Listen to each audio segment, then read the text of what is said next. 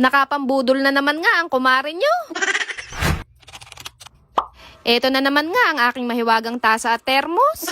Magandang araw mga mare, tara, kape na tayo. Pagdila talaga ng mata ko sa umaga, kape agad ang hinahanap. Dito nga muna ako magkakape sa labas, sabay tamang tulala sa malayo. Oy mare, ano na bang latest? Lika nga dito, magtsikahan muna tayo habang nagkakape.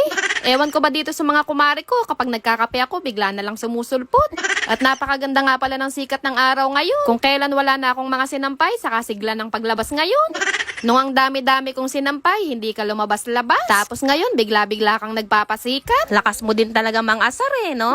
Eto nga mga mare at nagwawalis muna ako ng aming harapan. Konti lang naman ang dumi niyan dahil nagwalis na nga din ako dito kagabi. Baka kasi sabihin nyo, puro sa loob lang ako naglilinis lagi. Pati itong labas ng bahay namin, araw-araw ko din yan nililinis. Nililinisan ko nga din itong may bandang gilid at mangangamoy kanal yan kapag ka madumi. Hindi kasi maiiwasan minsan na malaglagan ng basura. At kailangan nga din linisin para hindi magbara. At ewan ko ba, gusto ko mainit na mainit yung tubig kapag nagtimpla ako ng kape. Pero pinapalamig ko din naman bago ko inumin.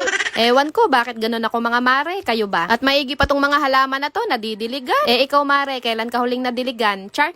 At eto na nga mga mare, natapos na din ako maglinis sa aming munting bakuran. At pagkatapos nga, ininit ko lang itong tira-tira naming ulam kagabi. Pakakainin ko na din nga muna itong mga alaga ko at nagugutom na daw. Tara, kain na tayo mga mare. Nung mga oras nga pa lang yan, natutulog pa ang batang maliit. At habang kumakain nga ako dito, parang naririnig ko siya na umiiyak. Pero nung silipin ko naman nga, mahimbing pa rin ang tulog. Kapag may maliit ka talaga, lumalakas bigla ang pandinig mo.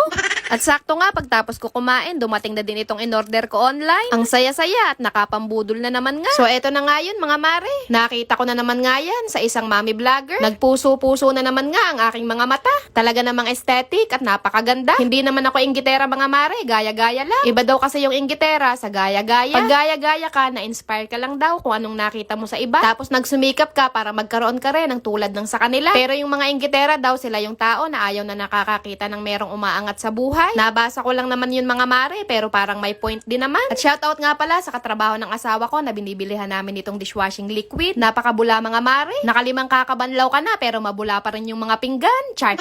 Pero napakaganda talagang gamitin, kaya Joy, kabahan ka na. Sa mga nagtatanong pala kung hindi ba nagagalit yung asawa ko dahil panay ako bili. Hindi naman mga mare, wala na kasi siyang magagawa. Malalaman niya na lang, may utang na siya. Kaya salamat Shopee sa pa-pay later.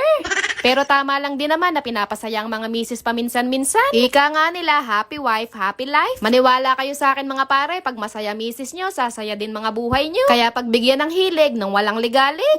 At talaga naman ngang nakakasipag pag meron kang bagong gamit. Kunin nyo na din nga yung hugasin ng mga kapitbahay natin at huhugasan ko na din. So ayun lang muna uli mga mare for today's ganap. Maraming salamat sa inyong panonood. Babu!